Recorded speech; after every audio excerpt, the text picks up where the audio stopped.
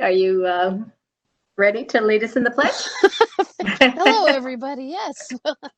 Everybody, stand where you are. And join me for the pledge. That's enough time. Join me.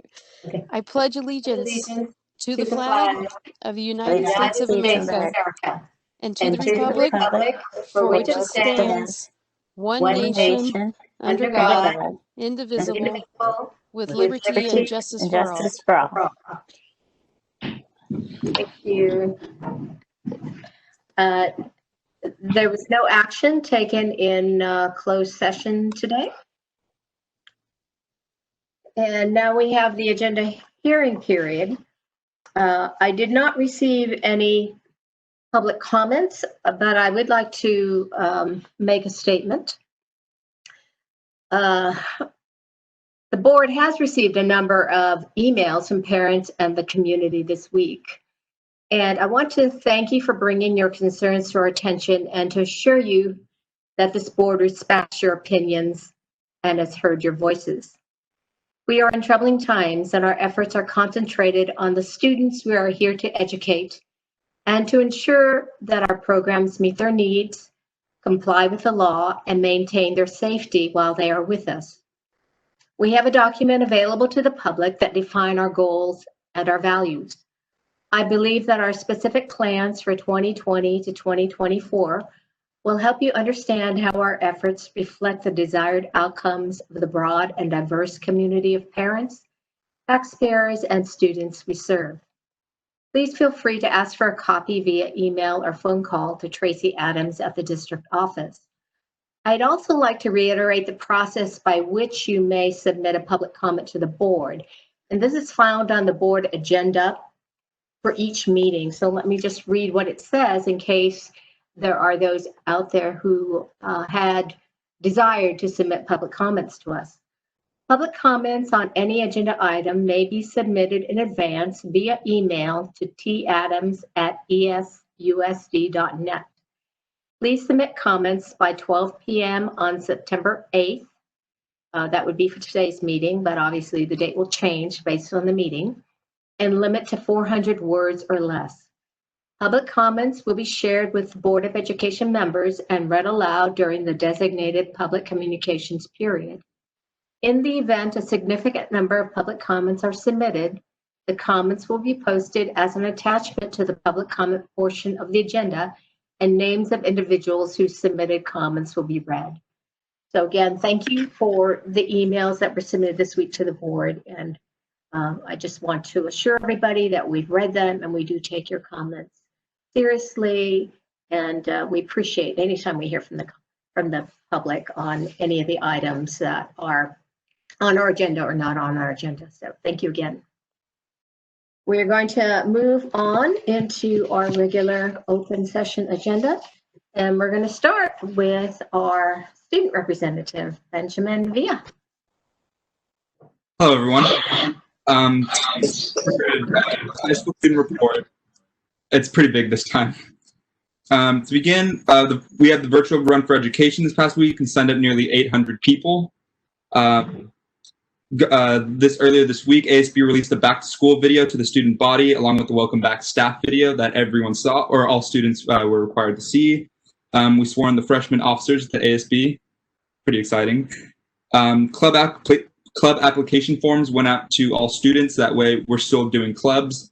Club Rush, the date is to be determined. Student planners arrived and are being delivered on Monday, September 14th from 2 o'clock, 3:30 in front of the school.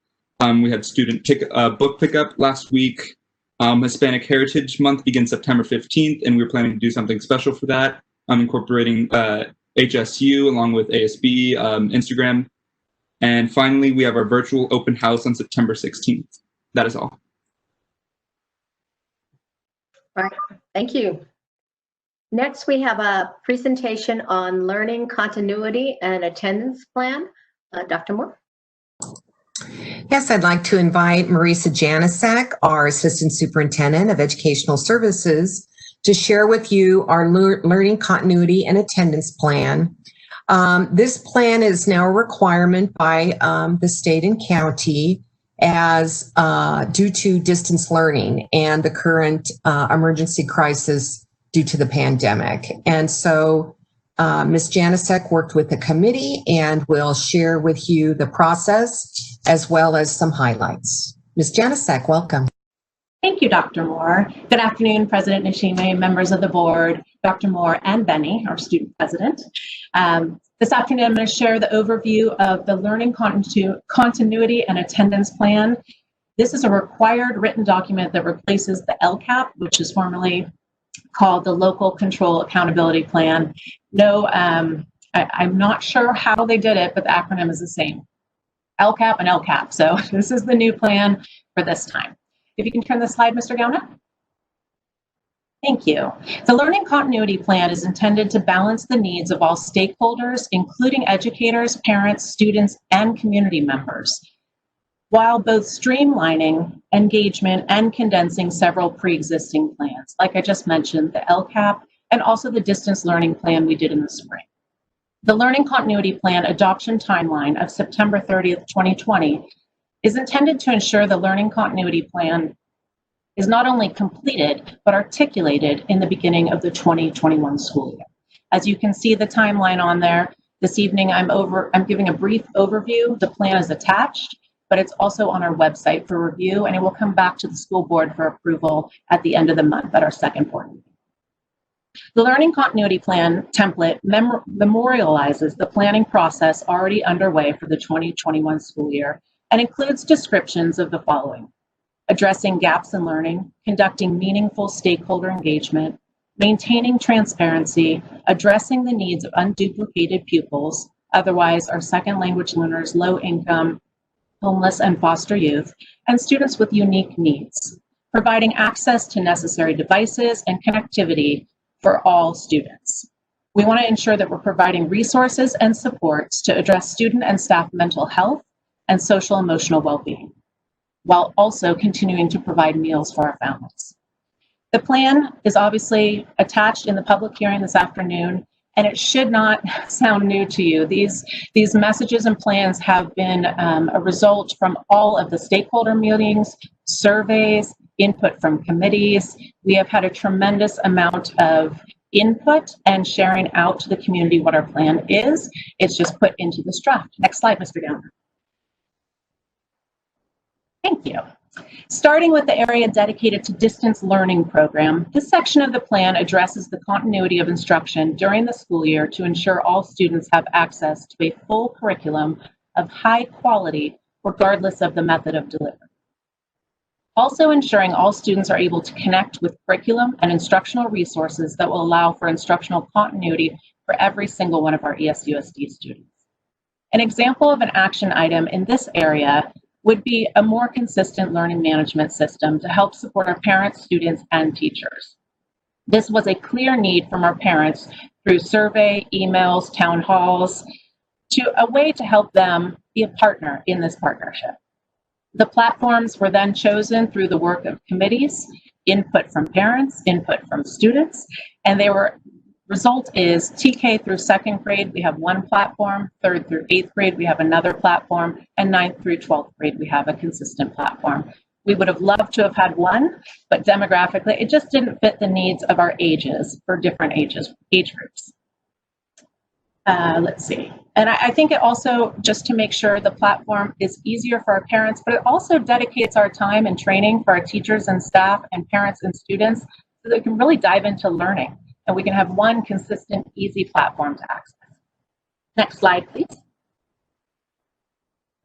Thank you. So pupil learning loss is a big topic throughout the nation, internationally as well.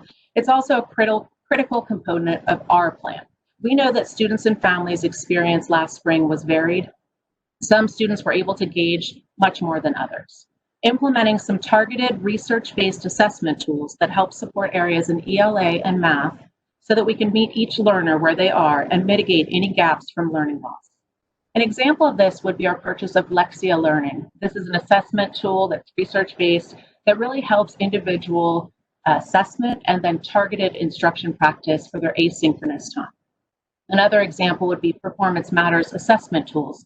This is being utilized for kindergarten through 12th grade, or should I say will be. We're still in the midst of training and rolling this out, as our goal really was the first couple weeks of school to connect with every single student, build culture, build process, and then really dive into assessment and targeted needs. Thank you. Next slide. In-person instruction is what we're hoping to do, what we have always hoped to do. This can be easily referred to as the safety slide. We need to make sure that all of the action items under in-person instruction are for the physical return to campuses. We cannot bring back students and staff without making sure we have every single safety step thought through and in place, including student engagement and attendance. An example of an action item would be purchase tents for outdoor learning or personal protective equipment for students and staff. And I think it's important to know that these things have already been purchased because we were hoping to start the school year off, but it will be ready for when we do return. Next slide, please. Thank you. So very important areas to address, and I think I spoke that the first couple of weeks were really targeted in connecting with our students. That's a main focus within our school district. I think we all know that emotions matter, and without having social emotional well-being, academics just can't be addressed. They won't be met. So we are fortunate to already have Ruler in place as a K-12 curriculum for all students, as well as other support systems for students and families that need more targeted support. The tiered approach at each school, the teacher is the first contact, and then we have counselors and administrators to follow up and check in if a student is not engaging or checking in.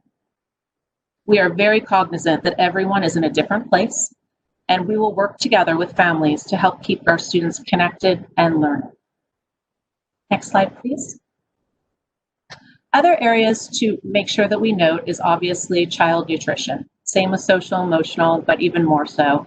If families aren't eating, they are not thriving. So our child nutrition is essential, and our Business Services Department, Food Services, has made sure to reach out to all families, let them know where food can be found so that everybody can have a meal and attend school safely and not hungry.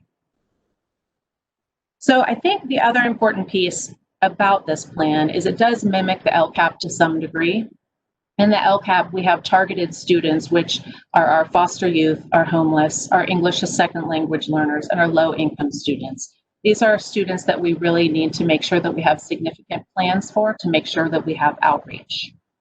Each school site has a team or a designated individual that knows who our students are in each one of these categories and make sure that they have the instructional intervention and other important resources available to support each one of their students, even if it's just a teacher that connects well with one of those students checking in.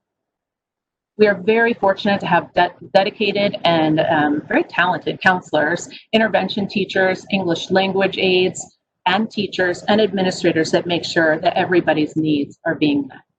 Next slide, please. So that was a fast overview of the plan, knowing that everybody might want to read the entire plan. I also didn't want to speak about the things that we've been speaking out about since March over and over. I know that these have been consistent messaging pieces. All of those things that have been discussed, presented, asked, surveyed, are all put into this plan so that it's just a narrative sharing how our school district is approaching distance learning. But I do want to say, before I ask any questions, I really want to thank everyone who helped with this plan, because it was not done overnight, and it was done with a lot of thought and positive outreach, saying we want to do right by our kids. And it starts with our Board of Education. Our Board of Education is always behind every decision we make to make sure that our students have the absolute best. We have had surveys where a record number of parents and teachers have actually responded thoughtful comments and ideas. We've had town halls, we've had committees, and we've had more committees, and even more committees.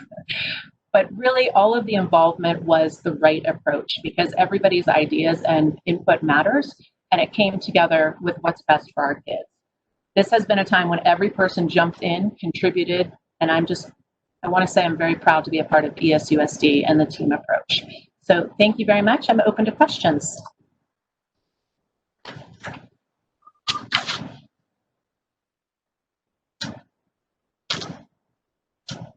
Any? Okay, if anyone has any questions they want to email before the next board meeting, you're welcome to do that too. The plan is online and it's also up for a public hearing later on in this meeting. I did not, I'm sorry. Oh, okay. First off, I want to say that I think this plan is very ambitious, but also doable, and that we have a lot to pay attention to. A lot of supports are necessary. I think we want to make sure that we do everything possible to address not only learning, but learning loss as we go forward. And I have read the whole plan, but that just makes me realize I do need to go back and read it again, talking to parents to find out what resources that they need, and also building on the experience that I have. I think a lot of them are concerned that they have enough technical help for their children as they maneuver all of this online. So I do want us to keep checking in to make sure that we are providing that. And I am glad to see that a lot of parents are able to take advantage of TLC, because I think that is giving them, through that structure, some of the support that they need, that they are looking for. So I just want to say thank you on that part. I did have a question, one specific question though, because we had been introduced to Lexia, and then I saw this, not sure I'm pronouncing it right, but Fontes and Pinnell. And as I read it, it sounded like it was very close, almost a duplicate. So I just wondered, how were they different? Or will teachers be using both, or will they, or is it an either or? So this is these are reading programs, both of them. And will they both be used primarily at elementary? Yes. Both programs are for elementary. Lexia is targeting TK through second grade as more of an asynchronous support. Fontes Pinnell is wonderful, and it's an assessment system our teachers have been asking for and being trained on. It's much more of an in-person assessment, so it might be more easier to use when we return to the hybrid situation. But knowing that we have Lexia that can give us immediate results and give immediate strategies for the asynchronous time is what we really wanted to get into place. Okay, well, I'm really glad to see that we have something in place and to see something that's already been used. So thank you. That was the only question for today. Thank you. Anyone else? All right, thank you very much. Okay, thank you. Next, we have a presentation of the 2019-20 unaudited actuals financial statement. Dr. Moore? Yes, this is part of the budget adoption process, and this comes around every September, and this is following our audit, or they're not audited yet, I should say, and I will call on our Chief Business Official, Kimberly Lenz, to share what she sees as the actuals from the 2019-2020 budget. Thank you, Dr. Moore. Thank you. Good afternoon, or sorry, I guess it's good evening, Dr. Nishime, members of the board, Benny, and members of the public who are with us today. I am here to share with you a report of the unaudited actuals for the 2019-20 fiscal year. This is sort of the ending of our budget closing procedures. Our fiscal year ends on June 30th. We closed our budget at the local and county level.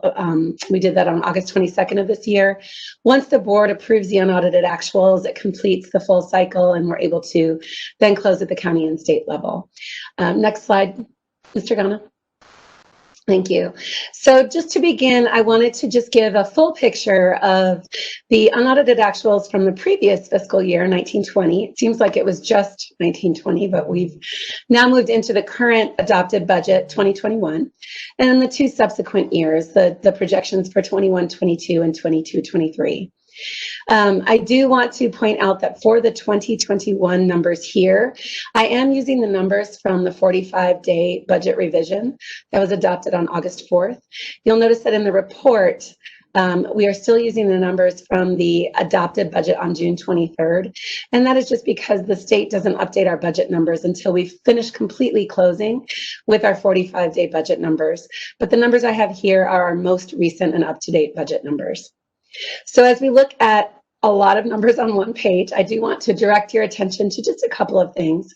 First, if you look at the fourth line down at the operating surplus / deficit for the 1920 fiscal year, you will see that we are carrying forward a larger than usual surplus coming out of the 1920 fiscal year.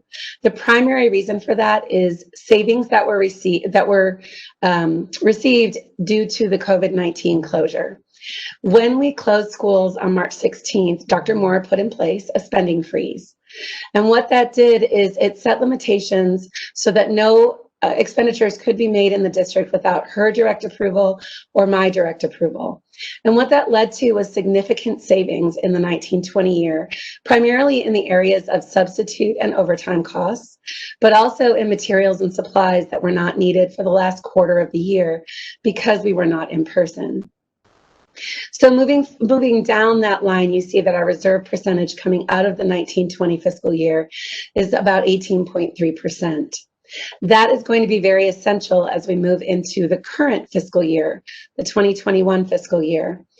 First, if you look again at that operating surplus deficit line, you see that we have about a $500,000 spending deficit projected for the 2021 fiscal year. That is, again, primarily because all of the COVID-19 expenses that we've incurred have been incurred in the 2021 fiscal year. So in 1920, we had all of the savings and very few of the expenditures. But in 2021, we have all of the expenditures and very few areas for savings. I would also just remind everybody that looking at that first revenue line for 2021, of that $33 million we anticipate receiving in revenue, over $7 million of that we will not actually receive in the 2021 fiscal year. It has been deferred, and we will not actually receive that funding until the 21-22 fiscal year. I mixed up my 20s there. That means that we are going to have to navigate significant additional expenditures as well as significant deferrals. And that is why it's important that we're moving into this fiscal year with a responsible reserve level. I also just want to point out that moving forward in the subsequent 2 years, we are projecting a 0% cost of living adjustment, meaning we do not anticipate an increase in our funding, and we do anticipate slight declines in our enrollment. In addition, those deferrals that we are seeing for the first time in the spring of 2021, those are ongoing deferrals, and so we do need to be prepared for those to remain in place in the subsequent 2 fiscal years. Looking at my final point on this particular slide, again, going down to the reserve percentage, and that it's about 6 lines down. In the final column for the 2022-23 projection, you do see that we are maintaining the requisite reserve plus a buffer for anything that's unexpected, but we are continuing to have an operating deficit. Next slide, Mr. Ghana. And just to reiterate the importance of our reserves at this point in particular, I use this slide a lot, but it's really come into play both in last year and the current fiscal climate.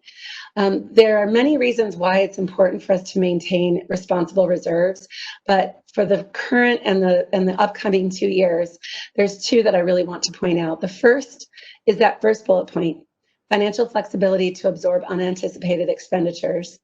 We have budgeted for all of the COVID expenditures we can possibly think of, but if there's anything we've learned in the last 6 months, it is that there are going to be expenditures we could not have seen coming due to COVID-19. Having reserves that are responsible enough to be able to absorb those is important.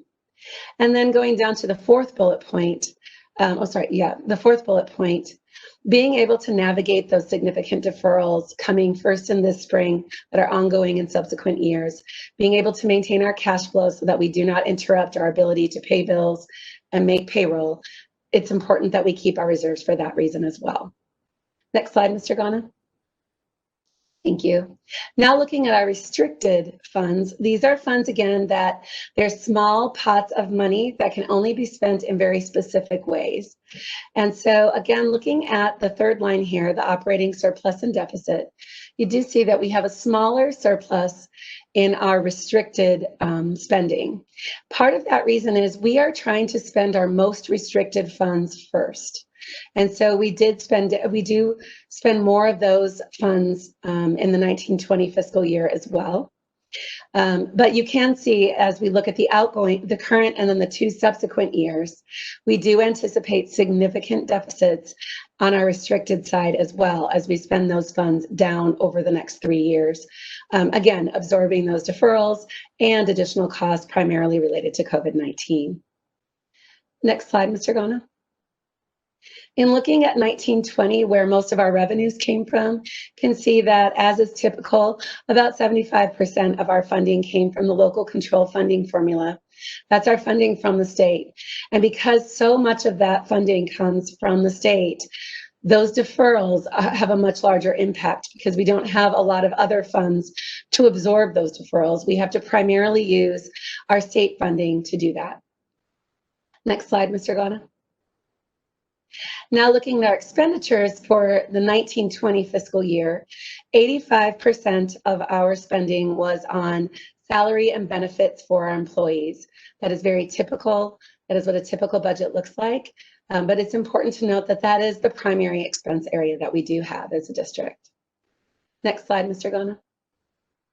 So there are a couple of next steps to come. We do need to submit our unaudited actuals to the Los Angeles County Office of Education by September 15th. We do anticipate that we'll have an audited financial report by December 15th. Although the deadline for that has been extended due to COVID-19, we are asking our auditor to still stick with that December 15th date. We also have to turn our first interim financial report to the county on before December 15th. That's our first financial report on the current fiscal year. So that would be on the 2021 fiscal year. And then our auditors will be at a January board meeting to present the audited actuals to the board and the auditor's report in January of 2021. Next slide, Mr. Gona. And with that, I'm happy to take any questions on the unaudited actuals.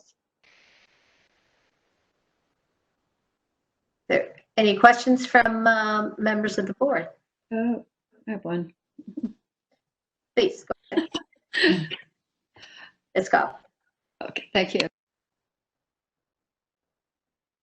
Oh, Member Cobb, you're muted.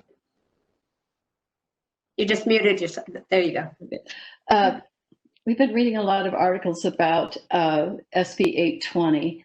Mm-hmm. And I just wondered, is that affecting anything that you've just presented? Yeah, so SB 820, the 2 areas that might have some assistance for us are the learning loss mitigation funds that were primarily addressed in the presentation that Ms. Janasek just did prior to me. There's some additional flexibility for those funds in SB 820, specifically being able to do more of the PPE and steps that are needed for reopening schools. So some of the HVAC kinds of things, sanitizing and disinfecting supplies, for example. So there's some more flexibility with those funds. In addition, there is an expansion of the definition of instructional materials to include devices and hotspots. And that would open up our ability to use some of our restricted funds that previously we could not use for those purchases. So those are the 2 primary areas. I had a lot of questions about what that was going to look like. Are we pretty sure it's going to pass now? Is it on the governor's desk or? It is on the governor's desk, so it's waiting for the governor's action. I haven't looked this afternoon to see if it was signed, but I don't believe it was signed yet. Or I don't believe he's taken action yet. There'll be a little bit of good news coming out of that. Okay, well, we'll get the update then when it passes to see whether or not it. Yeah, it primarily gives us more flexibility. It doesn't give us additional funding, but it gives us more flexibility. Well, I read that part where it said that you could get more technology and hotspots, and it didn't compute with me that we could use restricted funds for that. If if we needed to do that. So that is good news. Okay, thank you, Kim. Yeah. Any other comments? I had a question regarding interfund borrowing. You've mentioned in previous budget reports that the state is giving us quite a bit of flexibility in that interfund borrowing. So that would come from that restricted pot that you presented. How much of that do you anticipate us needing to get us through those deferrals? Well, so it can come from areas. It can come from our restricted funds and in the general fund. So it could allow us to borrow from some of our restricted funds in the general fund. It also allows us to borrow from funds such as Fund 40, which is our sale of site, and our the funds that we've set aside to self-fund our post-employment retiree benefits for our certificated employees. It's hard to say right now because we're so close to the beginning of the year. The board in the last meeting passed a resolution allowing us to borrow up to 85% of a fund if needed. I don't anticipate that we'll need to borrow, for example, 85% of Fund 40, but I could see us needing to borrow several $1 million to navigate a deferral and then repaying those funds in the following fiscal year once the deferrals are repaid by the state. Mm-hmm. So I don't have an exact amount yet, but we are watching our cash flow on a weekly basis already to ensure that we're able to navigate those successfully and with enough cushion that there's no interruption to our ability to make payroll or pay bills. So then it's truly a borrowing. We have to repay that when the money comes back. Yeah, if we are interfund borrowing after, I believe it's the first Monday in April, we can repay it in the subsequent fiscal year. If we borrow prior to then, which we don't anticipate we will need to, it has to be repaid in the same year. So we don't anticipate needing to do any borrowing prior to April at this time. Okay, thank you. All right, then we're going to move forward to I have one question, Jeannie. Oh, yes, go ahead. Kim, I just wanted to get your opinion. I know I haven't heard too much from California on fiscal update. I think all the news has been in other places lately. What is the forecast? How, when I first came on the board, the deferrals, it lasted a long time and it was deferral, and then they talked to more and more. Are we thinking it's going to be more than these that they've already talked about, or is the financial situation starting to look any better? It is hard. I hate to say it's hard to say, but it is hard to say. I think that there was hope, back in May and June that we might have a V-shaped recovery, right? Where as soon as we started to reopen, everything would get better and everything would be fine. One thing I do think is important to note, though, is our current allocations for the 2021 fiscal year are based on tax receipts from 1920. That's prior to COVID. So we're going to be hardest hit by tax receipts from 2020 in the next fiscal year. So we're being told to prepare that it could be a very challenging budget year, specifically in 2021 continued. I think that everyone's a little bit nervous about forecasting any farther than that, just because it is so unknown. And, if there are changes and things are able to open up more, then of course the economy will likely recover more quickly. If we're kind of in this space where we are right now, where a lot is still remaining closed, then the economy will recover much more slowly. So CBOs are being told to prepare that for continued challenges in budgets. I think board members need to be prepared, and I think my job is to prepare you for that as well. Yes. Yes, but I appreciate what you just said, and I hadn't really thought about that. When we will see the effects of this, and I think that's something that we need to be mindful of, and hopefully it's not as bad as we think. But the economy is there, but as far as sales tax and those things, there is a definite hit. So it's going to be very interesting. Thanks. Yep. Yeah, Tracy. Yeah, sorry, that led me into another question. And again, it's not exactly about the report you presented, but in the forecasting forward, which I don't know how you can do that, even just based on all these unknowns. But can you remind me, I know there's a time frame that you have to replace the borrowed funds if we are doing the interfund borrowing, but is there a percentage of funds that you're allowed to shuffle around, or is the shell game unlimited in terms of what you can move and how much of it you can move? Right. So in a typical year, we're only able to borrow up to 75% of a fund. But the State Budget Act actually increased that to 85% because of the significant deferrals. So the legislature and the governor tried to give school districts as much latitude as they could to navigate these deferrals, knowing that we're actually in a better position than a lot of districts are because of quite honestly good decisions that have been made by the board and fiscally prudent decisions made by the board. But other, being able to have some flexibility in that borrowing is going to be important for us too. Okay, thank you. That helps. I knew I had a 75 and an 80 something, and I wasn't sure in my brain which one I needed to focus on. But yeah, let me just say I am super grateful that the previous boards have been responsible and CBOs and everybody on the team, because I know there's a lot of districts in trouble, and I'm glad we are, well, not riding easy on all things, but definitely in a more stable place than a lot. So thank you to everyone in the past and still here. Yeah. Thank you. All right, then we will move on to our discussion item, Dr. Moore. Yes, we've got another item to bring to you regarding the middle school gymnasium project. So I'd like to welcome Dr. Dylan Ferris and Preeti D'Souza to share some information with you so that we can provide you an update with the latest and greatest regarding the gymnasium. And also joining us this evening is John Gomer, who is the architect on the project. Welcome.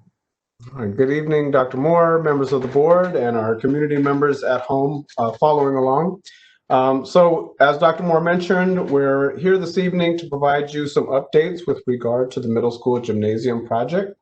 As you know, we are forging ahead with many projects this summer from the Measure ES bond funds, but our first new construction project, our major flagship project, will be the middle school gymnasium.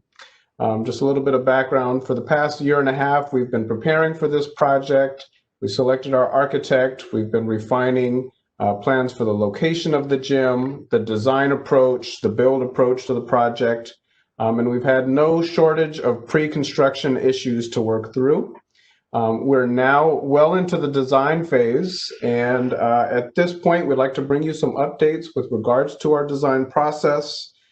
Some limitations that we've encountered with our construction approach, which is the modular gymnasium or the modular construction approach. And then to bring you some alternatives, which if we were going to make any changes, now would be that time. And that's what we want to bring to the board for consideration. So with that, I'd like to introduce the rest of my team. Preeti D'Souza is our bond program manager. And as Dr. Moore mentioned, John Gomer is the architect from Westberg White Architects working on this project. I'll turn it over to Preeti now.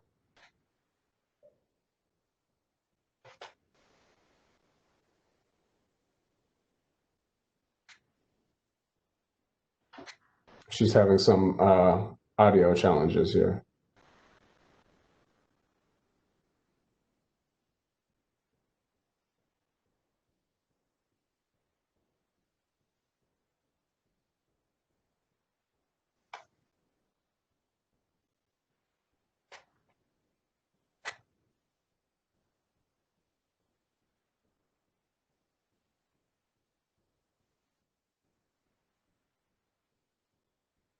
Well, Preeti, I'll tap dance if you want to run up to my office and jump on my station. So you come over here and I'll take it from here. So you are all familiar with what you're seeing in front of you. This is the rendering of the gymnasium project as we envision it.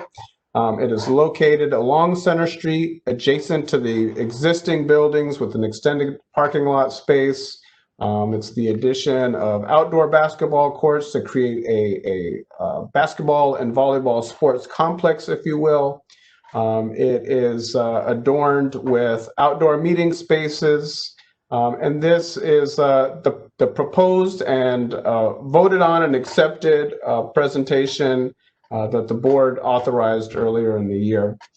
As we previously reported, we've had some issues with this particular location just because of what lies beneath the surface, but we've worked through those issues, presented that to the board, and that's been accepted. And Preeti's just joined me, so I'm going to step aside and let her take over.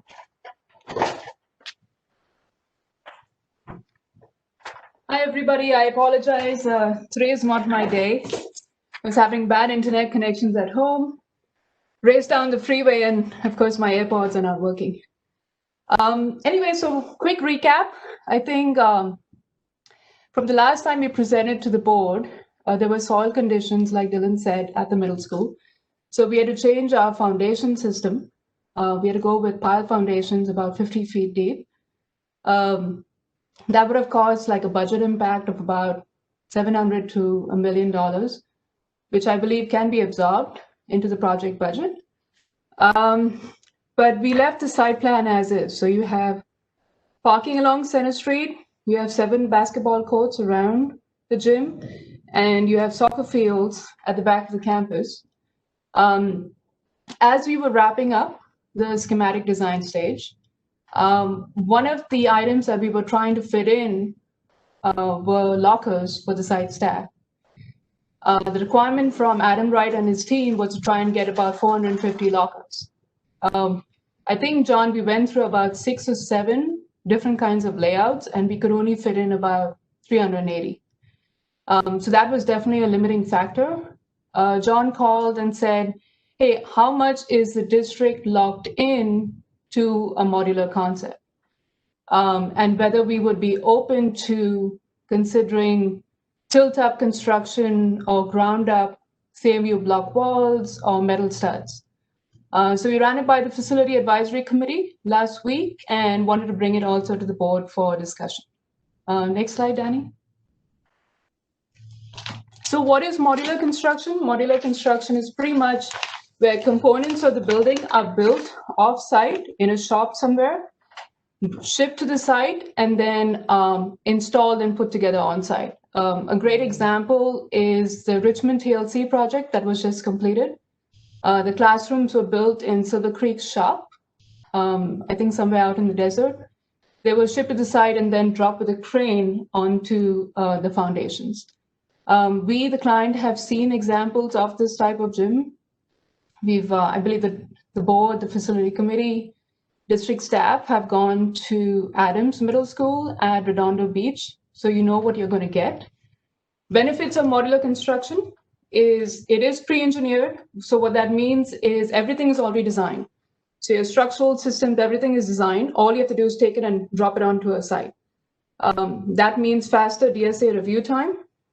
Faster time correlates to cheaper construction, typically. And I emphasize typically a lot.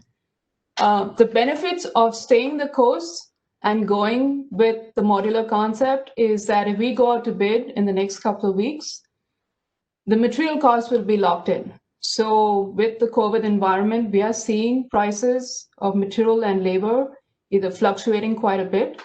So if material costs go up next year, you're locking in the cost right now. Disadvantage to modular construction. We know of 2 contractors who can do modular gymnasiums right now. So you're limiting your pool of contractors to just those 2. Next slide. Stick-built construction, very typical traditional construction. These photographs are actually of a practice gym that B. Teleco did for Placentia Yorba Linda School District a couple of years ago. CMU block wall, metal stud construction, very common. A lot of contractors can do block, so you have a large pool of people who can bid. That means more bids and tighter numbers. Advantages are you have flexibility on square footage. So if the client wants 600 square feet of storage room, we can incorporate that into the footprint. We also have one entity who can provide design services. So with a modular concept, you would have 2 companies.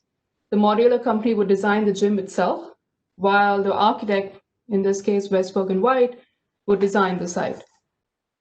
So with a stick-built CMU block wall, the architect would design everything and be responsible for everything. I'm going to hand this over to John now, who would go over specifics about the advantages related to our layout.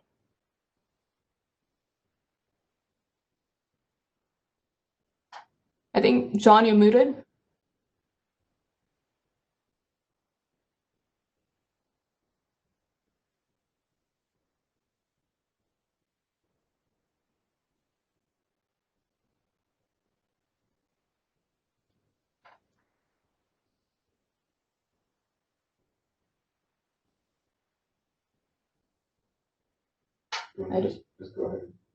I don't see him. It appears as if he's unmuted himself, but we don't hear him. Now he's muted. Sounds like there's going to be a party in Dylan's office. Sorry about that, guys. John? Yeah. He's unmuted, but we can't hear him, nor can I see him. Let's just move. Okay, let's go to the next slide, Danny.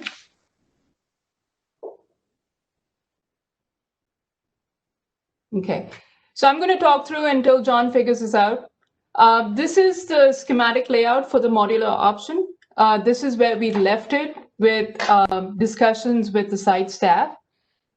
Very simple. We were supposed to provide 2 flex classroom spaces with a folding wall in between. So we had the ability to open it up and maybe have large gathering spaces in there. There was a stage module. It incorporated storage as well as ancillary spaces.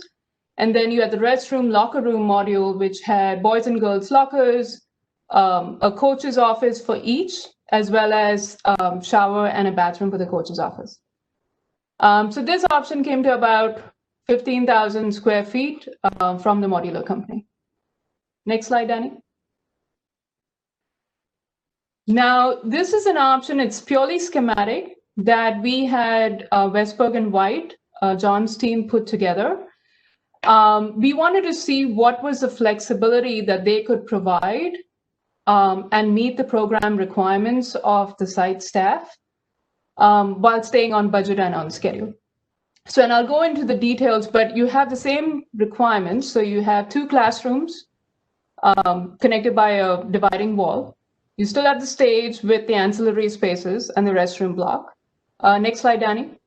I'll do a side-by-side comparison. Okay, so on the left, you have the modular option. This is the one where we went through about 6 or 7 different types of layouts, and the maximum number of lockers that we could get in was about 380 locker spaces. So using a larger, slightly larger footprint, but not being bound by the modular concept, we tweaked it a little and we could incorporate about 450 lockers, which I thought was great and ideal. And you have the same advantages. One of the requirements from the school that a coach sitting in their office should have the ability to see inside the locker room spaces. So you can see that really comes across there for both boys and girls. Okay, next slide, Danny. These are the changes that we could do to the stage module. On the left is a modular idea, very simple raised platform, gym storage, and for the gym as well as the regular platform. Right-hand side, stick build. This I thought was a really good add, that we added 1 adult restroom, which we just could not incorporate into the modular concept. So 1 adult restroom and added square footage. So in your modular option, I think we were limited to about 250 square feet. So here we went up to about 350. Next slide, Danny. Side-by-side comparison on the estimate. This estimate is a little different from what we showed the Facility Advisory Committee last week, Jeannie. On that option, we showed a little bit of a saving if we went with the modular option. I think it's better if we don't look at these 2 options from a saving point of view, but purely from the advantages or the play that we will have on square footage. So I tweaked the numbers a little bit. The only difference is, so you see the first line item, apples to apples in terms of the markups that each estimate would bring. First line item, about a little over 7 million to go with modular. And the metal stud CMU block wall stick built building will be about under 7 million. Both options are within budget. You know, we're a little over 19 million right now, but both options would be within budget. So the main difference is from a cost point of view is whatever money we would be paying the modular company to design the gym, we would take that money and pay it to the architect. So we're just moving money from one part to the other part. But from a cost perspective, the money going out would still be the same. Next slide, Danny.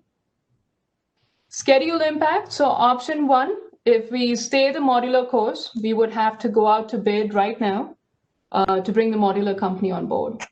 Typically, we run bids about 6 or 7 weeks, get the company on board, finalize our drawings, go to DSA by early of next year.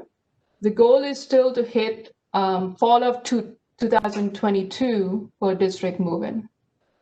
It would be the same schedule impact if we were to go with option 2, and that would be, change the contract with Westberg and White, give them the design of the entire project. So that's the gym as well as the site. We would hold the same schedule. Westberg and White, John would commit to getting added manpower to make sure that we meet our schedule requirements, and we hit DSA at the same timeline. Next slide, Penny. Facility Advisory Committee feedback. These guys have been awesome. We meet once or twice a month. These photographs on the right-hand side are pictures from a tour that we gave the committee last month. So first item they were very critical about is that we have to meet the program and the site needs. I did reach out to Adam Wright.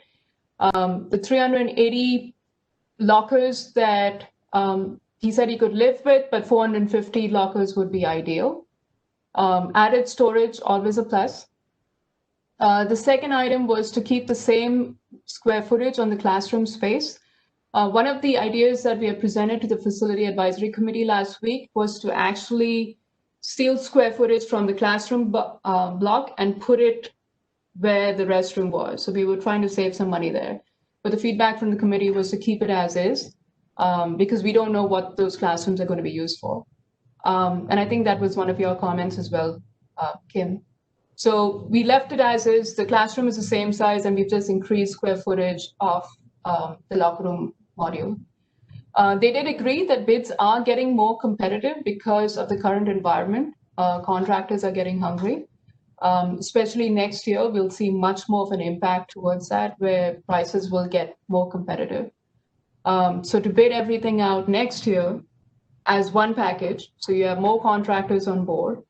The type of components you use, whether it's block wall, metal stud, you have more contractors doing that, so we'll get better numbers.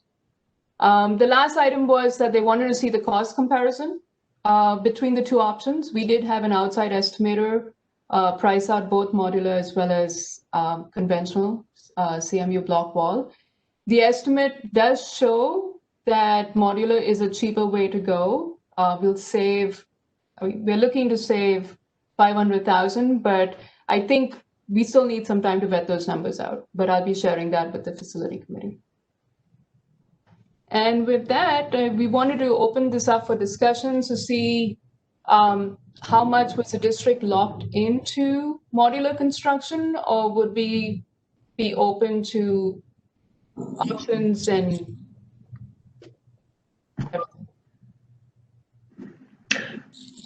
any discussion from the board?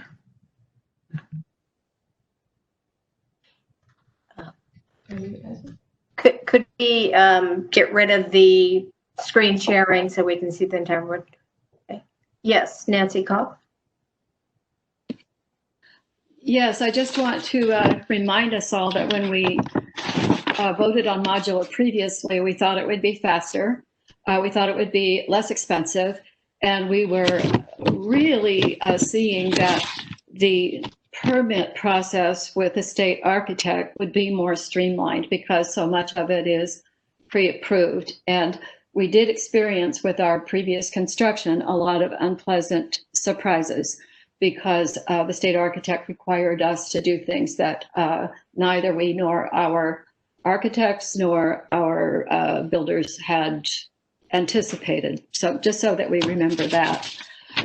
These are a few questions. We are very concerned about the aesthetics. And one of the things that we did was to really check out what the modular buildings look like. So my memory of concrete masonry, there are an awfully lot of buildings on the West Coast. Most of the prisons are done this way. All of the dorms at Humboldt State, when my son went there, were done that way. They were not as aesthetically pleasing. So I will have a question about that and whether or not that's going to require 2 layers of blocks, whether you'll have one for major construction and one that's really attached to the outside so that it doesn't look like a gray prison complex. I want to know if our team has actually seen them. Another concern that we've always had in California is earthquakes, which is a reason why we didn't have a lot of masonry construction previously. And I'm sure we're addressing that now because we have so many codes in place, but I still want to know about that. Also, one of the major problems that we've looked at with the construction that we've done so far is that we have this funny soil, the sand that seems to hold moisture. And I just want to make sure that this structure is going to be okay with that particular problem that we have in this area. So those are my primary questions at this point. Okay. Okay. John, are you back or shall I go ahead and answer? Okay, I'm going to go ahead and answer. So your first question, Nancy, on DSA pre-engineered buildings. So there are 2 contractors, or I should say 2 vendors who can do, let's call it modular gymnasium. One of them who is called Modus, and he did the ones at Adams Middle School. Now, I shouldn't say it's a holdback, but he does not have DSA pre-approved drawings. So the amount of time that we would take in DSA for DSA to review his drawings would be about the same. He does have them kind of pretty much vetted out, but we would still have to go through that process. Now, there's another company who does have pre-approved engineered drawings for a gymnasium. They are pricey. I know both of them are looking to bid this project. They have heard about the gymnasium project at El Segundo, so both will bid. But we know they're pretty high. So I know they would most likely come above budget. Your second question on the aesthetics, regardless of whether we go modular or we go CMU block, we would still maintain the exterior look and facade of the building. So we're still going to have a plaster finish on the outside of that block. And I think the design intent, if I remember those renderings correctly, we have about the bottom 4 feet is going to be covered with like a masonry finish. So the exterior of the building does not change, whether we go with option 1 or option 2. That would still be the intent to meet the aesthetic. The third question is on earthquakes. DSA is pretty stringent, especially for school construction.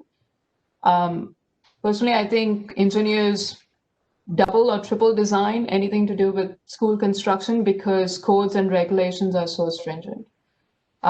So I would say the same parameter applies for either option. And your last question about the soil issue, the foundation system would remain the same regardless of whether we went modular or we went with CMU block wall. So when I spoke to the modular companies about the soil issue at the middle school, he didn't want to have anything to do with it because he can't guarantee his bid if you're going to go 50 feet down in pile foundations. So we would have to design that, the engineer would have to vet it out, and it would be given to another contractor. So what I'm saying is that soil issue and the impact of that is the same for both option 1 and option 2. Hi, Pretty. Can you hear me?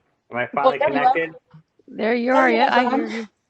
I am so sorry, everybody. I had to call in from my phone, but Pretty hit everything right on the head. I mean, she said everything I was pretty much going to say in the slides. So John, do you have anything to add about those questions that Nancy just asked? Say that again? Do you have anything to add on the questions that were just asked regarding earthquake design and the aesthetics of the building? No, earthquake design, everything is up to current code. The CMU block building will not be affected by it. Matter of fact, the only thing that says CMU block is the gymnasium itself. And it is a square building. The other 3 appendages next to it are metal studs, and they are separated with a seismic separation joint. The modular building would also have a seismic separation joint as well. So they are all, will operate as an independent building should a seismic event occur. And they all have their own structural foundation as well. Because of the shape of this building, we have to seismically separate them anyway, just because of, the way it's shaped. I turned my sheet of paper over and I had a couple more questions on the other side.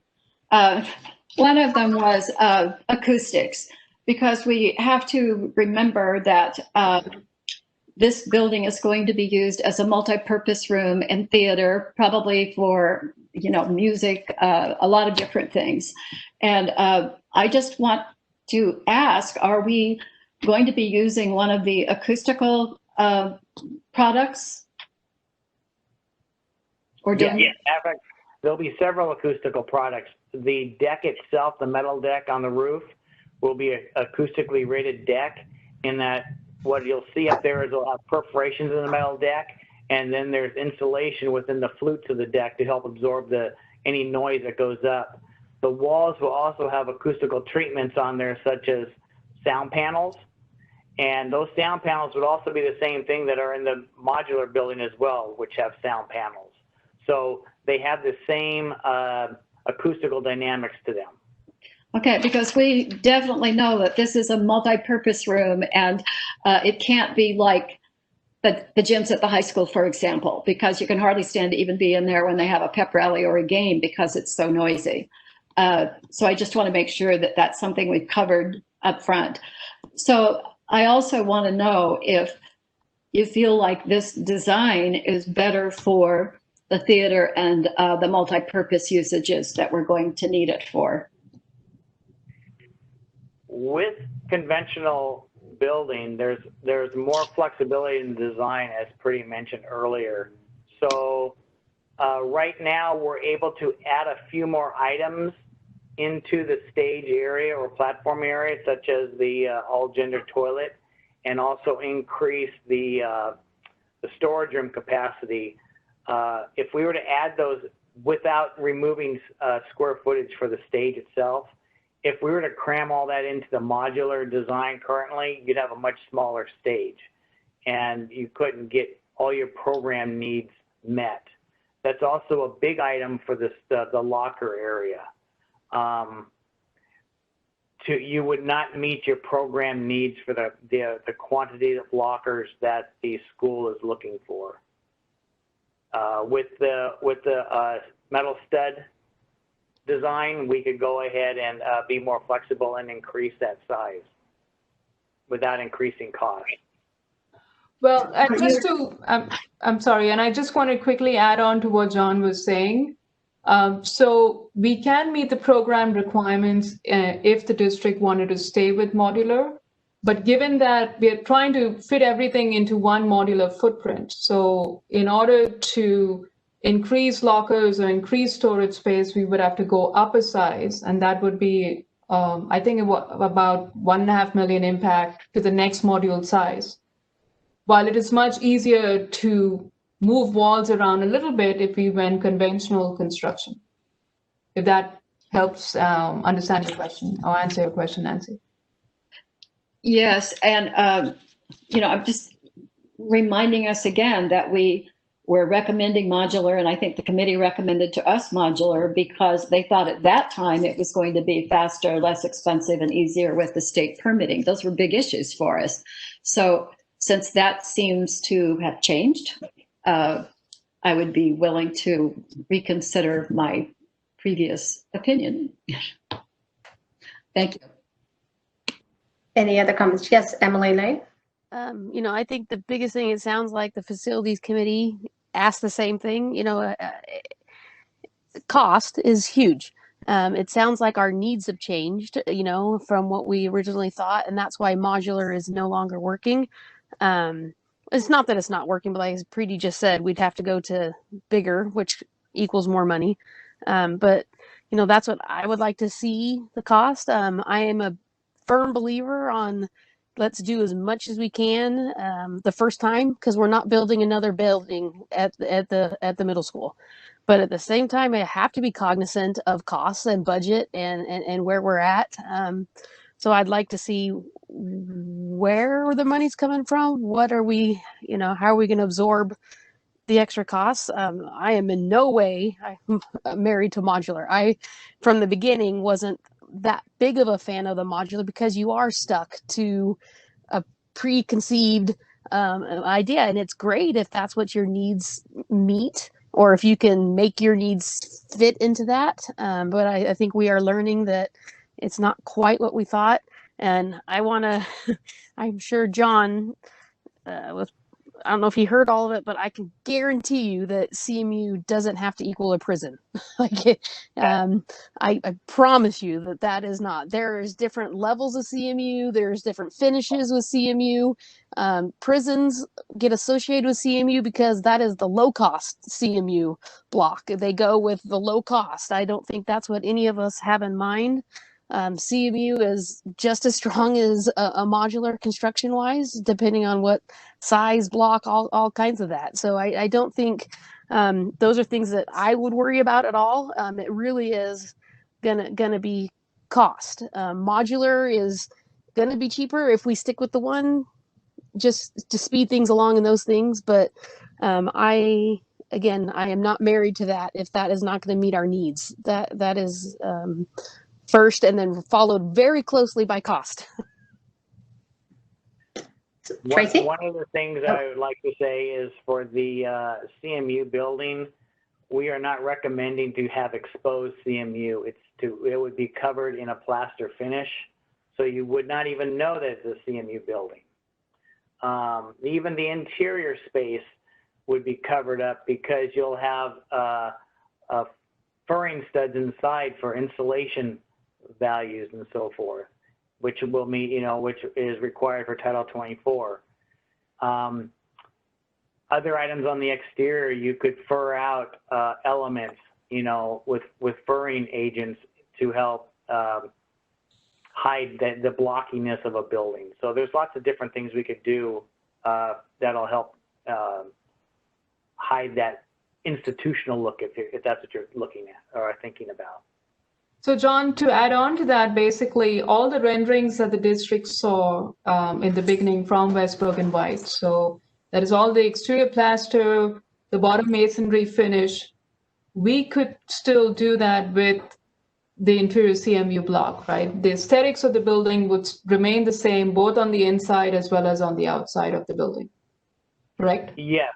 Our intentions would not be to change the look of what was presented to the board, probably not 6 to 9 months ago, or a little bit longer than that. It would be the same look as what everybody bought into, let's say. I mean, yes, there could be some adjustments if the board if the board and the district chose to, but what you see on the rendering is what you will still get. Okay. Hey, Tracy? Okay, I'm gonna ask a question that you're probably not gonna be surprised that I'm gonna ask, but can you tell me if there are energy efficiencies and green cleaner advantages to modular versus stick-built? Can we build a better, cleaner building, more sustainable building, one way versus the other? Yeah, and my bad. I meant to touch on that when I was talking about the advantages of stick-built conventional construction, because I feel in that type of construction, the architect has more play on the components of a structure. Otherwise, you're just buying something from an outside manufacturer and you're stuck with what he gets, or rather what he gives you. So John, feel free to jump in, but I think the district would have more play in terms of in the window features that we use, double glaze, insulation of window panels, plumbing fixtures, acoustics, so you have less energy cost. What else do you think that we can bring into the project? The materials that are used for the modular building would be the same type of materials that would be used for the stick-built material building. You have plaster, you have metal studs, you have drywall, and the only difference between the modular and the conventional building that we have now is one has steel and one has CMU. The benefit of the CMU is it's a more dense material in that it's more sound absorptive. It, you know, you have better insulation values because you have that denseness that, you know, back in, you know, the ancient days, you know, the thicker the wall, the better the insulation value. So we kind of had the same thing here. The only thing we're dealing with now is we're dealing with Title 24 with more energy conservation. So we have an interior wall which will not only hide all your electrical items, but you will also have insulation in those walls as well. So you're creating a more solid envelope for energy efficiency. Okay, great. Yeah, I won't beleaguer you with any other detailed questions on that now, but just know that's always in my radar of how can we do this better, greener, more sustainable. So thank you both. I guess I'm having trouble understanding the cost neutrality when we're talking about a bigger footprint for the stick-built or CMU, which means more material for the foundation, I imagine, because it's a bigger footprint. So when we're doing the comparison, are we comparing the stick-built with the larger footprint versus our original plan with the modular at the size we proposed? Or are you comparing if we went with a larger module? Well, what comparison are you making? So this is just a draft of the estimate that we put together so far. But our reasoning is that the bulk of the cost is coming from the module itself, is the upcharge to go from module size A to module size B.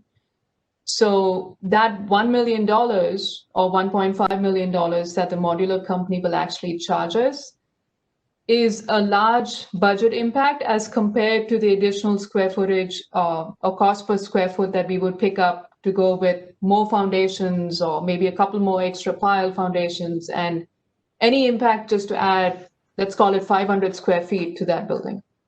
Okay, that's why I wanted to make clear. So if we went with the current drawing as presented, that would be cheaper than going with the stick-built with the larger footprint, correct?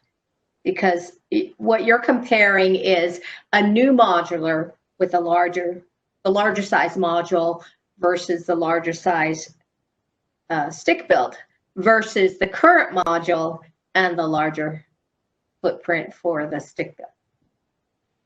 Okay, so if I understand your question correctly, if we kept the floor plan as is with the 380 lockers, and I used that same floor plan and I did it option 2, let's call that stick build, the cost would come down. Is that what your question is, Jeannie? Yes. That's what I feel, correct. Okay. But then. Yeah. Okay. Can I jump in on that? Sure. Yeah. So we did a comparison between the floor plan of the modular against an exact same floor plan square footage of the conventional.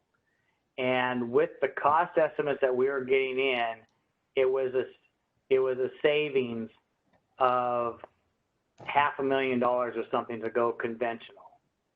Now, if we were to grow the building to where it met all the program needs in the conventional use, it would almost take you to the same number as what the modular cost is right now. But to meet the program needs in a modular fashion and grow the building, you're going to increase the project cost that much more. I think $1.5 million that Pretty said. Mm-hmm. So you're, at the end of the day, the square footage of a modular building to meet the program needs, so you're growing the building, or you make the building for the conventional, you're going to spend more money modular-wise in current dollars, the way the economy is going right now. Jeannie, well, Emily, I don't know if that clears it up for you. Yeah, I'm understanding, but Emily, please go ahead. Yeah, my video is having, hopefully you guys can hear me. Yes. So what really, Jeannie, what I think it comes down to is what they're asking us is if we are stuck to our original plan and size modular and we can go forward with that at a cheaper cost, not cheaper, at our original cost, or if we want to hit the 450 lockers and some extra storage and that could be achieved at a better cost doing a stick build than stepping up to the next modular. Right. So I think that's where what they're really asking us. Yeah. But I guess the bottom line is it's going to cost us more because we're increasing with more needs, with more and that's why. Do we want to stick with what we already thought and we agreed, or are we open? And that's where, for me, it was show me the money. Yeah. Right. And actually, let me jump in here. So, Jeannie, just so I understand your concern, are you concerned that if we went stick build, the budget would have to go up again? Is that what I'm hearing? Well, let me tell you my understanding. If we did the module, we've allocated, let's say the 18 million, okay, to build the same footprint in stick built, it sounded like we could save 500,000 from what John just said. It would cost us less to go the stick built versus the modular. We could save 500,000. But if we're going to get everything we want in terms of the lockers and the additional square footage with the storage, then it's going to cost us more. And am I not understanding that correctly? But it's cheaper than if we went with a larger module. And so I wanted to make sure that we're all on the same page. The estimate right now from John Moreno, who's with Sierra Best. So we gave him, hey, ballpark, if we want to add 300 square feet to this gym, how much is it going to cost?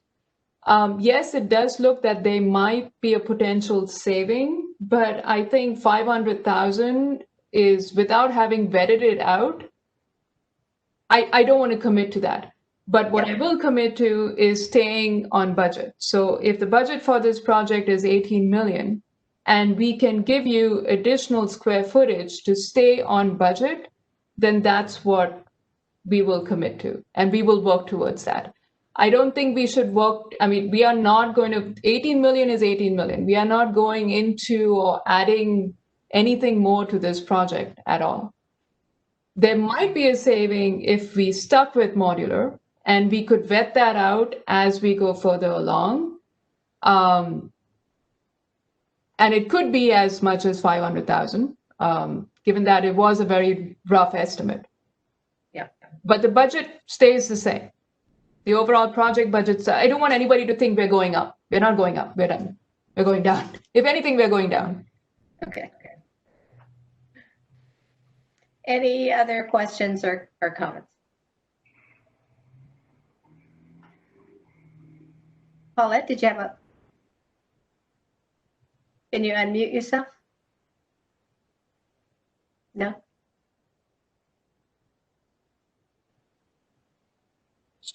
All right. Sorry, Paulette. Either sign language or you got to write it down.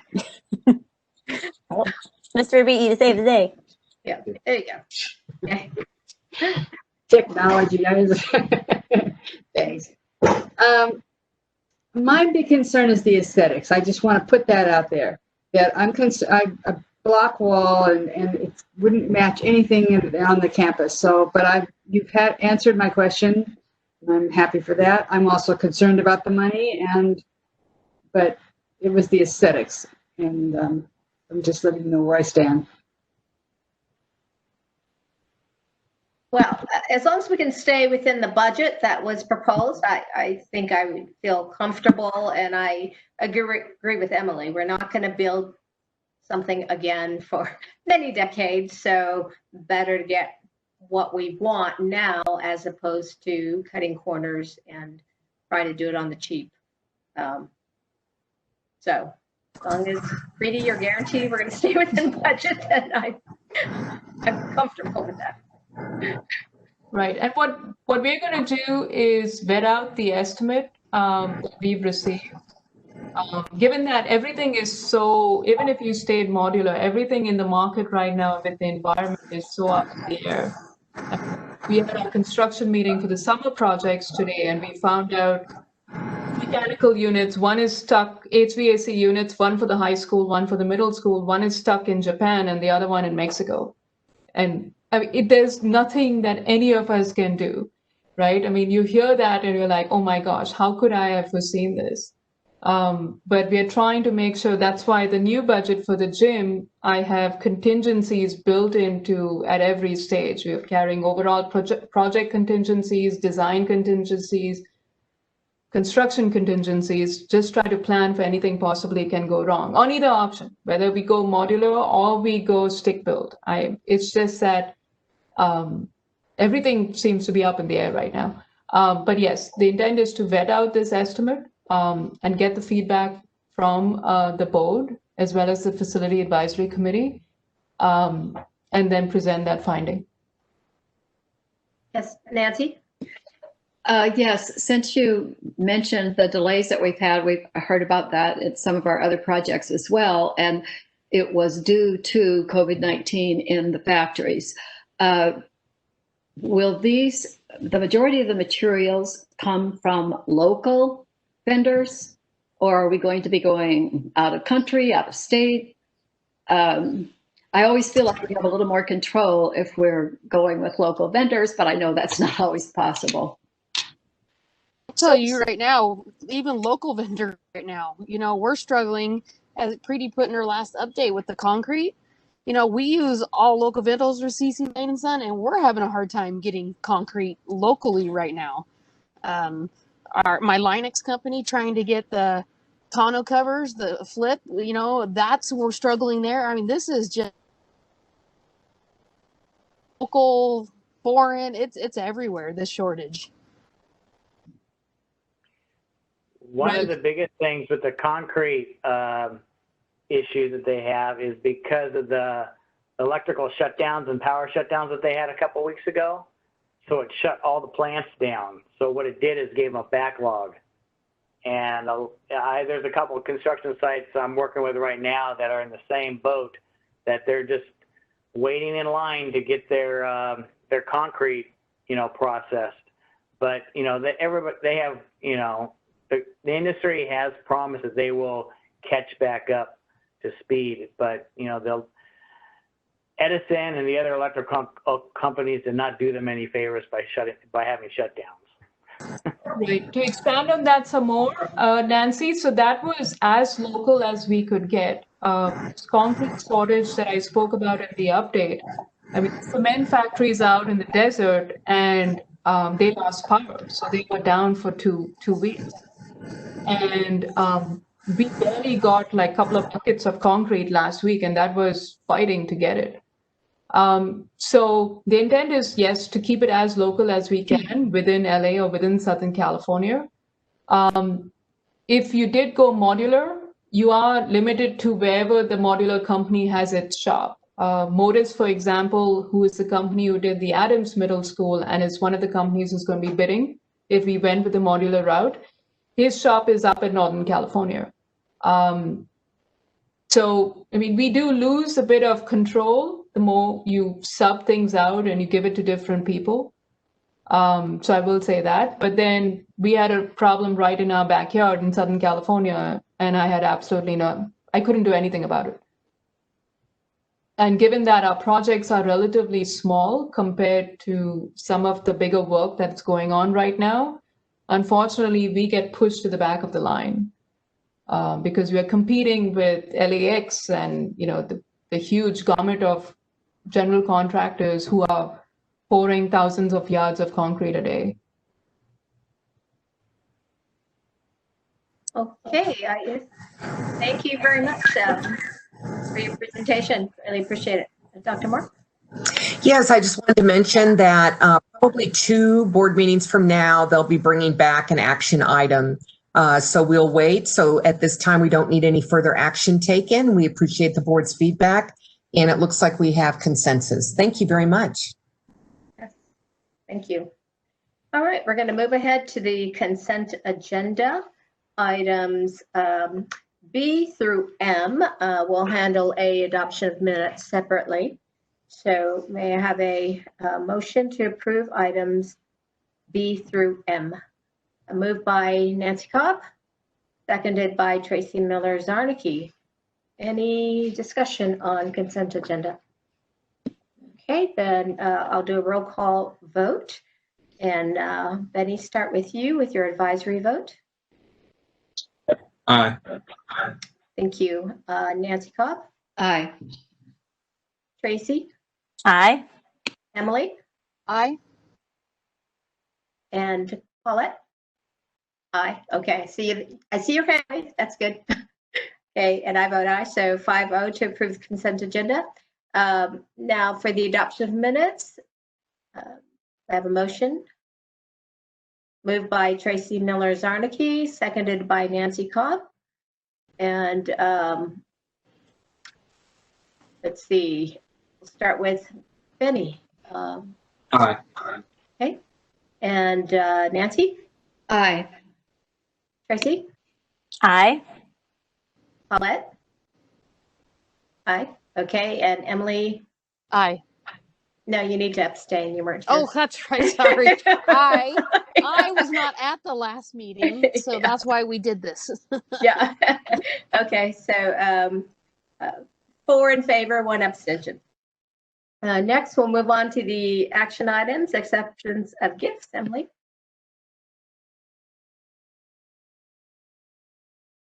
You're on mute. You're muted. I have one gift from Your Cause 174 to Arena High School. In accordance with Board Policy 392, the board may accept these gifts as long as there are no conflicts of interest, and seeing no conflict with this donation to Arena, I move approval. Seconded by Tracy Miller-Zarnicki. And Benny, your vote? Aye. Okay. Nancy? Aye. Okay. Tracy? And Emily? Aye. And Paulette? Aye. Okay, great, thanks. And I vote aye, so 5-0 to accept gifts. Next, we have a public hearing comment on the learning continuity and attendance plan that we just heard from Marisa Janchak. So I will open our public hearing at 6:30.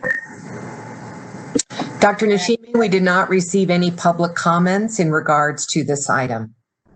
Okay, then I will close the public hearing. Still remains 6:30. And no action is taken at this time, correct, Dr. Moore? It was just public hearing. Okay, great. The next, we'll move on to the approval of the 1920 unaudited actual financial statement. Also heard a presentation on that from Kimberly Lynn. So motion to approve from Nancy Cobb, second from Paulette Caudell. Any further discussion on the unaudited actual? All right, then Benny, your vote. Aye. Thank you. Nancy? Aye. Tracy? Aye. Emily? Aye. And Paulette? Aye. And I vote aye, 5-0, to approve the unaudited actuals. And item D, approval of resolution 6, 2020-21 regarding the GAN limit. Dr. Moore? Yes, this is regulatory in nature, and it's a resolution that the board is following the appropriations for the budget in 2019-20 and 2020-21 in line with the GAN Act. All right. I'll move approval, Jeannie. All right, thanks. Seconded by Tracy Miller-Zarnicki. Any discussion on this? This is our routine action that we take. All right. Then Benny, your advisory vote. Aye. Nancy? Aye. Tracy? Aye. Emily? Aye. And Paulette? Aye. I vote aye, so 5-0 to approve the resolution number 6. All right. Dr. Moore, informational calendar. Yes, we have a number of exciting events coming up. First off, we have our elementary back to school night on September 10th, and that will be held virtually. Our high school back to school night will be on Wednesday, September 16th. And there are a variety of parent workshops that are being sponsored by a number of our teachers, and they're to be supportive to our parents and are roughly a half hour or an hour in time. So we hope some of our parents can join us for that. And then PTA meetings are all noted on our calendar.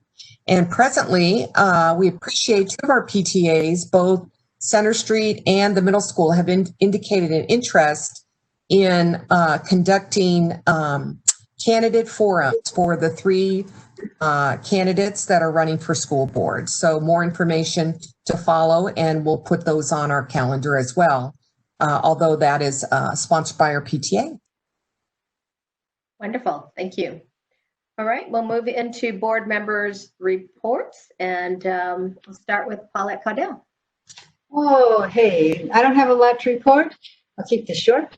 Nancy and I had a nice time doing the PTA virtual walk, and we went around the park many times. And we have photos to prove it, but I was unable to convince Nancy to go to Cold Stones when we were done. But, we had a great time. Right. Did you take a picture in front of the sign? We certainly did. Several. Very good. All right, thank you. Nancy, why don't you go on next? Oh, thank you. I'd like to spend the time once again on SoCal Rock, and I would like to request at this time that we have an agendized discussion at our next board meeting so that we have a chance to sort of weigh in as we also talk about the future of SoCal Rock. We did have a special board meeting so that we could consider the budget and some of the challenges that we have right now, just as we do here in El Segundo. So one of the things that came out of that was that we felt like we definitely needed to be giving more information at the district level and also getting more feedback at the district level. So all of us are going to ask that it be on our local district agendas. We also decided that we need a place for people to donate money, because a lot of the grants that we apply for, they would really like to be giving that money to a foundation. So we are going forward to research and open an education foundation, and it'll be particularly for the purpose of receiving grant money. And then the third thing, we wanted to make sure, since we need for people to go to classes to be able to collect our fees, and there have been some circumstances of districts questioning the viability of SoCal Rock transcripts, including those SoCal Rock classes that are offered at PVNet. So we did ask SoCal Rock Superintendent Dr. Hilaire to contact all of the districts so that there's clarification. PVNet has been accredited by WASC, but we also have an agreement that several of their classes can be offered as SoCal Rock classes. So we want to make sure that all of the sites understand that, because once again, if we don't have people taking the classes, we don't have a funding to go forward. So those were the three main things that I wanted to communicate tonight, but I hope that at our next meeting, we can have a more in-depth discussion. Thank you. Thank you. Emily? You're still muted. Emily, There he goes. Sorry, I'm moving all over trying to get a good connection and messing with my phone. Hopefully we're almost done. But I wanted to apologize again for missing the last meeting. I had a wonderful time taking my son up to college. It was a good drive, and it's he is being able to go to college. They're doing a hybrid kind of thing where the kids are in pods, and there's a Monday group and a Wednesday group for the Wednesday classes, and the same thing with Tuesday, Thursdays. And I can tell you I am watching it very closely to see how it goes, and I am very hopeful that we can get at least to this sometime soon. As I keep watching the months tick by, I hope all the parents know that I'll only speak for myself, and am really hopeful that we can get kids back to school. It is the best place for them to learn. But at the same time, I think this was a learning experience. There are some kids that are doing very well in the distance learning model. So, I think it'll be interesting going forward, but I hope to have our kids back sometime soon in some kind of form. And then second, as it's been a very long week. I just want to make sure, and I don't want to touch on this for a long time, but in my 7 years of school board, which I am amazed it's been that long, this year has been the most challenging on so many fronts. And we keep saying this, and it never ceases to amaze me. But, the paradigm shift for education, for our teachers, having to redo things for our students and how they learn, the financial turmoil we're in, the social turmoil we're in, it's really rough. And an email went out that I think we could have done better as a district, and I have heard from our community. I want everyone to know that I am here. I'll take the phone calls. I can tell you work has been interesting taking all the phone calls, but I'm happy to do it. But we can always do better, and we're committed to doing better at our district. We don't claim to be perfect, but we hear the community on all sides of the coin, and but I think we have a recommitted focus to educate our kids. That's what we are in the business, and we all do this to educate our kids. And I think if we focus on our students, and we have a lot to focus on right now just to get them educated, I think we'll get there. And I hope the community understands that we hear them on everything. And we are here, as I always say, I am not here to vote Emily Lane. I am here to listen and to do the best that we can for them, for our kids. So thank you for everyone that reaches out. We hear you. We are committed to doing better. We will always listen and do better. That is all. Thank you. Thank you. Tracy? All right. The last couple of weeks have been busy, surprisingly busy. Not getting out to do the run for education was good. I did sub in my sons for the dogs because they were like, yeah, I'm not gonna go, but the dogs were happy to go. And yes, we did take a picture in front.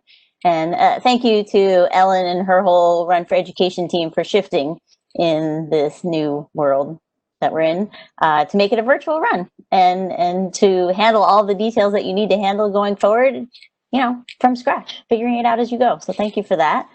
I virtually attended the high school PTA meeting. They had a great kickoff meeting for the year, nice attendance, great people. They definitely still have some openings on their board. So if you're interested and want to join that, please let the president, Jacqueline Guy, know. And I also got to tune into middle school back to school night. That was a great event for what I could see, and then my internet went out. So I know what those technical difficulties are out too. So it just happened to be the window of time that the Spectrum guy was at our house, and that's when he decided it was time to unplug. So I saw what I could see. Other than that, I kind of want to echo a couple things because I've gotten a lot of emails and texts and phone calls in the last few weeks, and I just want to say to every one of you who reach out, whatever way you're reaching out in correspondence on any topic, I greatly value your input and perspective, no matter where it's coming from or how you're getting it to me. Please know that I read and respect every communication equally. I take them all into consideration on every decision that we have to be making here. I am just one of those 5 that make those decisions, but I try to educate myself. I think I'm a sponge. Like, I want to absorb all the facts and all the perspectives before I make any decision. I've always been that way, and that's certainly true now more than ever because there's a lot of communication going on out there. I'm taking it all in. I can't respond in some things in some ways because of the Brown Act and things like that, but no, it's all going in the sponge. And know also that there are oftentimes multiple perspectives and priorities to take into consideration. I take them all in. Again, Sponge accepts all of them into account when I'm trying to make decisions that are meant to serve our students.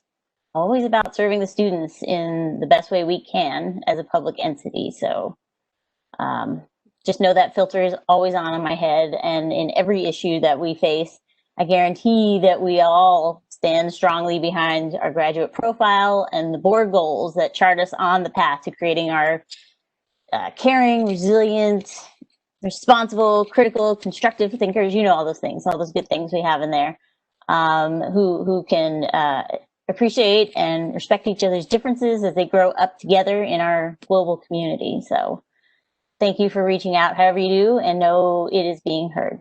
Thank you. That's it. Thank you. One thing Tracy failed to mention is that she and I made a presentation to the candidates for the Board of Education, and we are so appreciative of those who step up and choose to run. Those of us who've done it know what that's like, and those of you not running are probably happy you're not running during COVID. So appreciate the ones who've stepped forward, and I think we have a nice group of candidates, and I certainly enjoyed meeting them virtually and presenting the ins and outs of being a school board member, and encourage any who are interested in what the school board does. One suggestion made to me is, why don't we have a town hall for the community about what the board does and the difference between the superintendent's role and the board's role? And not a bad idea if people want to educate themselves, but I think you learn a lot just attending the board meeting. And now that it's being done virtually, hopefully more people can tune in and see what the issues are that the board deals with, and that we are the voice of the community, and we welcome your input, and we want to be responsive to what our community values as it pertains to the education of our children. So we do thank you for all the voices that are represented and that communicate with us. And I think you'll find that the people running for the board want to hear from you as well. And I think PTA offering to provide some kind of debater forum is great, because we need to hear from these candidates and know what they think and what their perspective is. And I too appreciate the PTA's sponsoring the virtual walk run. My husband and I completed ours on Monday, and it was hot and muggy, so I said we got to get out early. So we get out there, and then I timing ourselves and counting our steps and our mileage on my watch. And no, we're not done yet. We're going to keep walking. And it was good to get out there and to participate in this activity, even though it was done virtually. But thank you to the PTA for all the work that you're doing on behalf of our students. So thank you, Dr. Moore. Thank you. I echo your comments as well. And I want to thank Benny. Did I hear correctly, Benny, that there were 800 high school students that signed up? That's what I was told, nearly 800 people signed up. Wow. I think that's a record for El Segundo High School. So thank you for your leadership in really boosting participation. So that's wonderful. Great. As everybody knows, school opened on the 26th, and I'm very grateful to our teachers, our support staff, and our administrators who really work thoughtfully to shift and successfully open in distance learning. And special thanks to our parents who took time to log into some of the videos on the learning platforms and how to navigate and pick up their device if they needed to. And then certainly our students as well. Our attendance has been really strong. And if you have any technical difficulties, I want to be sure that you access our tech support emails. Everybody's been accessing their schedules. And I'm very appreciative and to the parents who've reached out and provided me some feedback. As Emily said, we all want to continue to get better, and I'm grateful to those of you who contacted me personally. In addition, on a happy note, I do want to say TLC is back up and running starting today. And I'm very grateful to Mr. Gauna and Carlos Gutierrez, who helped train them in the tech side of things. We also had Miss Guadalupe Grijalva and Miss Denise, who trained them as it related to social emotional learning. We had Mr. Abihi share about safety protocols and the health order.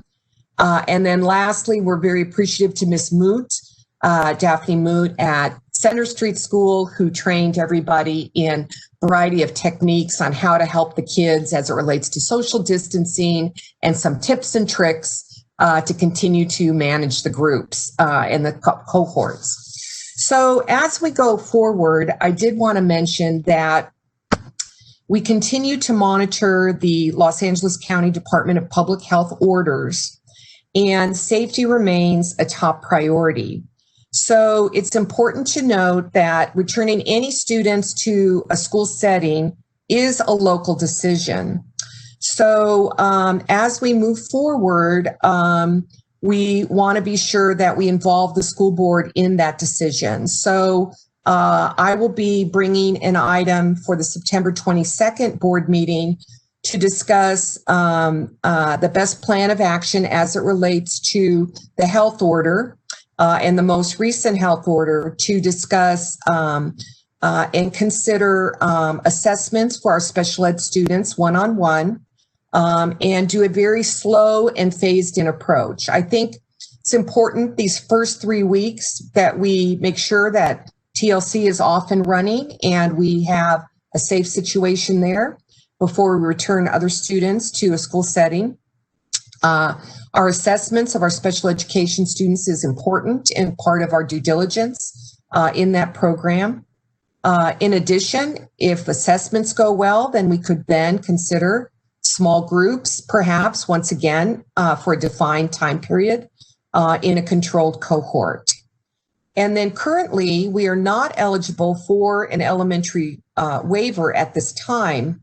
And I recognize this is very confusing for our parents, because I know I turned on my TV and they said, oh, Los Alamitos has applied for a waiver and they'll be opening their schools to hybrid starting today. Los Angeles County has not been cleared to apply for waivers yet, but I think if we can take some steps towards first serving our special education students, we can also monitor and look at a phased approach for an elementary waiver when the time comes. Once again, I would recommend small groups, perhaps 2 grade levels at a time, starting with our youngest children.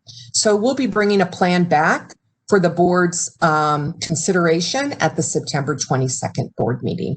I do think that's important that the board have an opportunity to take a look and provide some guidance on our best next steps moving forward. So that's a very important item. That's all I have. All right, thank you. We have no public comments for the closing, and we will not recess to closed session. So at 6:51, I am going to adjourn this meeting. I hope everybody has a great week. Bye-bye.